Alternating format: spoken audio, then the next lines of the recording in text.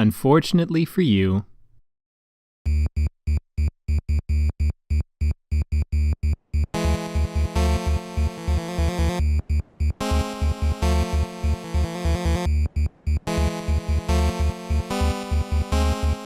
it's not who you think it is. Here we stand, back in a dying land, back to that same old grind. This place isn't the same anymore. Some spirits you may see have familiar faces, yet all of them are hollow. Your urge to smash and tear still somehow permeates through the monotony. Your will to stand tall remains, but you get up slower after every fall.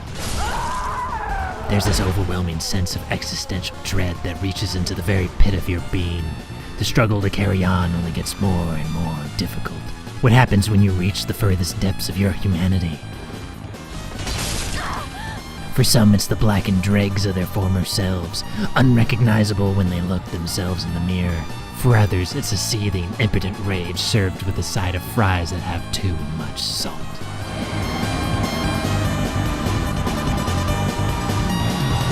And yet, here we stand, continuing the fight, yet forgetting why we're fighting in the first place. Is it to overcome the past? To take on the Herculean task of changing what we were? Is it to seek a future that we can never obtain? Is happiness something no one man can possess?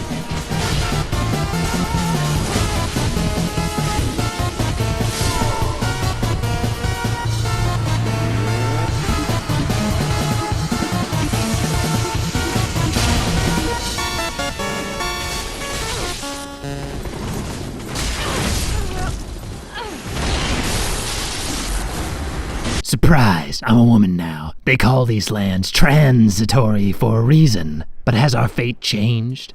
Alas, butthole. The land and its denizens are still unforgiving and just as derived of sanity.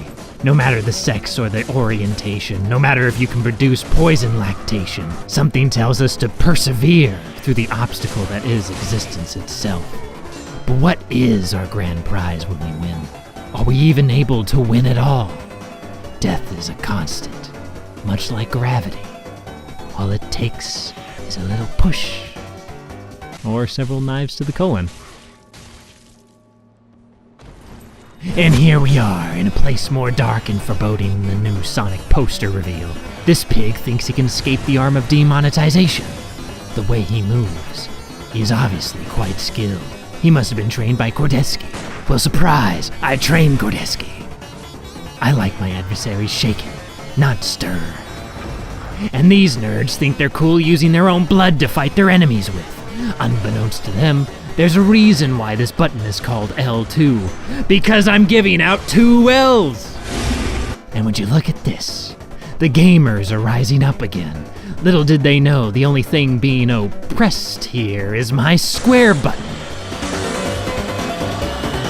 Oh, I feel fine. Oh, there it goes. Miyazaki told me to give you this L. You'll be needing it for the next time you type out LOL in Twitch chat. Whoa, wait, what's this? A new world? A diversion from the certainty of our own demise? It's calm, peaceful living. I wonder if... That there's a bounty hunter. Get him! Eliane, I'm sorry, but I'm gonna make you go with the feller. What kind of man are you? Puny, backstabbing little... Backstabbing? Didn't you hear? They patched backstabs. Take a seat before you hurt yourself and make yet another video on a game that you supposedly fucking despise. Souls content creators have gone and lost the one thing that makes them Souls creators. Their souls! Look at them, they're like farts in the wind. Farts in the wind that I'm still subscribed to. How poetic. A snake eating his own ass. Talk shit about them 1 second and give them $5 for their half-decent emotes. Capitalism at its finest. Someone let the rats out and made them top tier. Damn it, Miyazaki. You were supposed to destroy the Sith, not join them. I assure you, I'm not racist. But look at this short yellow fuck. He hurts himself every time he attacks. He's suicidal. I would be too if I had to sit and watch as an entire community neglects the very games that they supposedly love and cherish. Bloodborne has no PvP. It does, but no worries. We could all play Dark Souls 3. PvP in that game is boring. we could play Dark Souls 2 instead. That has soul memory and you move so slow. Okay, all right. Surely you'll want to play Dark Souls 1? I mean, isn't that like the prize jewel of the series? Backstabs are so broken in that game. Demon Souls? Who even plays Demon Souls?